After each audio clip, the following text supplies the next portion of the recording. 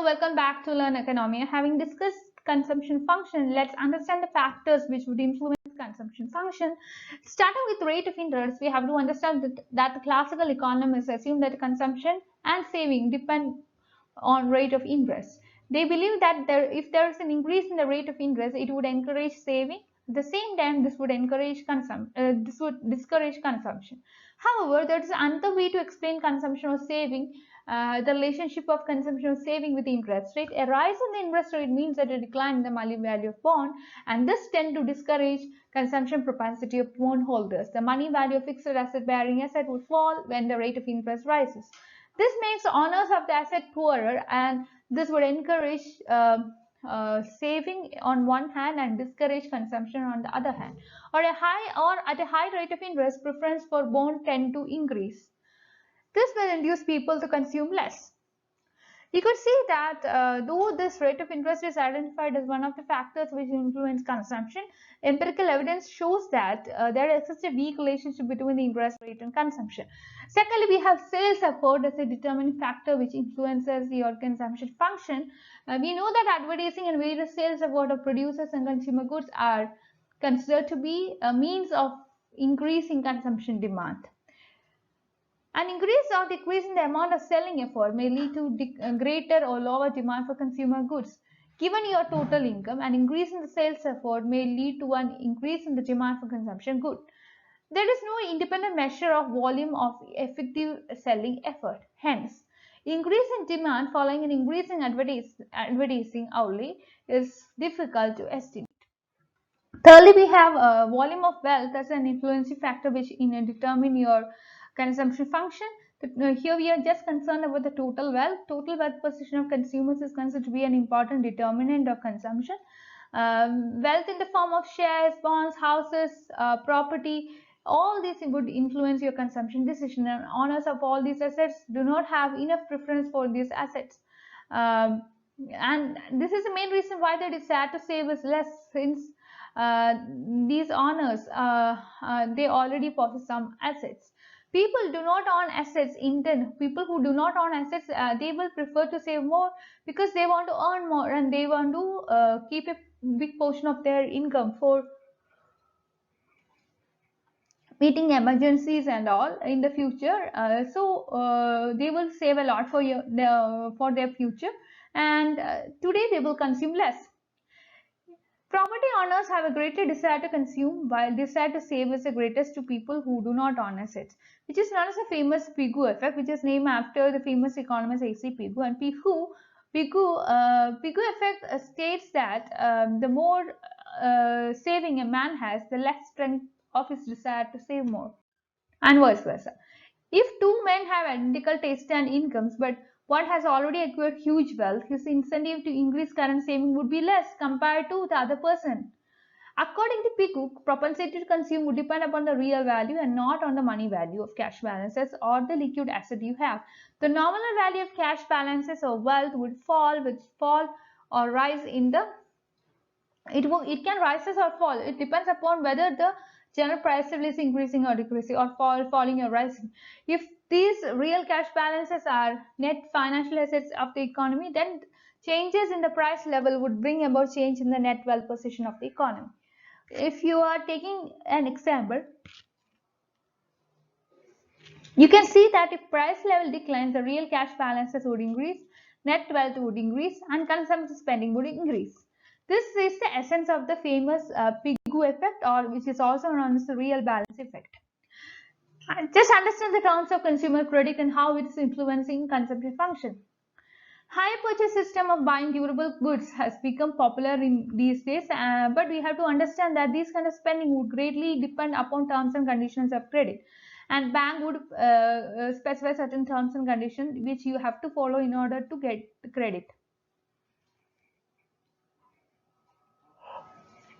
If consumer credit is available on reasonable terms, some sort of spending will develop. It is agreed that interest rate on installment buying is of relatively less significance than size of required down payments, the length of the period over which the balance must be repaid. Coming to deferred payment. Sometimes, particularly, especially during the times of war, consumer spending would come down. This is because even the government would be spending less on consumption. Such kind of problem is removed if the pent-up consumer demand is exposed to the economy. I mean, if the pent-up consumer demand is dealt with strongly in order to increase consumer spending. There have been several psychological factors as well which would influence the spending habit of people. Psychological factors are also known as subjective factors, and these would remain short. These would remain constant in the short run, but this can be changed in the long run. Sorry. Keynes attached importance to psychological factors or subjective factors, which will give importance to the values, attributes, etc. It's important to note that all these factors are not quantifiable. What is behind consumption? These are actually enjoyment, short-sightedness, generosity, miscalculation, extravagance. All these things are something which is beyond the ability to measure. I mean, you cannot measure all these things. However, these elements do not change significantly in the short run, despite these kinds of despite all these kinds of scenario. Subjective and cultural factors are capable of changing the shape and level of your consumption function. Expectation, attitude, etc. would determine a very important role, or it play a very important role in influencing your consumption.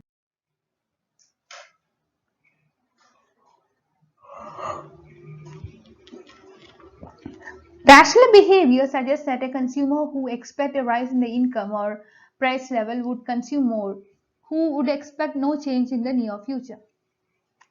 So if you're comparing two people, the one who expect a rise in the income in the future and one who do not expect a change in the income in the future, you can see that there exists a difference between both of these people. Again, among similar individuals with similar level of income, it may be found that some individuals consume more and others would consume less. This is so because of that differences in attitude. And if you take into the case of status symbol, you can see that some people would be spending a lot, whereas some are not. To keep with the chances, individuals imitate consumption patterns of their neighbors, which is known as the famous demonstration effect, which is named after the famous economist Dusenberry. And you can see that expectations and attitudes would influence demonstration effect. This will play a very important role in your consumption pattern, but aggregate consumption virtually remains unchanged in an economy since attitude expectation vary from person to person and different expectations would cancel each other. Coming to the role of structural factors like income distribution, demographic factors influencing your consumption spending in the long run. It is said that the marginal propensity to consume is of low income families and low for high income families. Demographic factors are responsible for differences in consumption spending with identical incomes. You have to understand that if there is a redistribution of income in the favor of poor families, aggregate consumption would increase. Since the MPC of these people is very high, they will spend more on their consumption. That's it.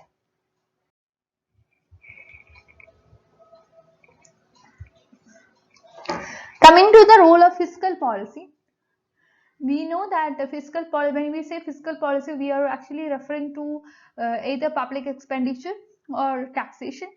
If rich people are asked to pay more taxes and if these revenues are given as subsidies to poor people, aggregate consumption would be increased in the economy. If subsidies like a flood relief, old age pension, distribution of food grains at subsidy rate, etc. are given, if all these things are given, consumption spending would increase. All this because consumption MPC of poor people is very high compared to that of rich. The tax expenditure program play a very important role in shifting the consumption function. So that's all. Please like, share and subscribe to this channel for more videos, and I welcome you to my Telegram channel and Telegram group to discuss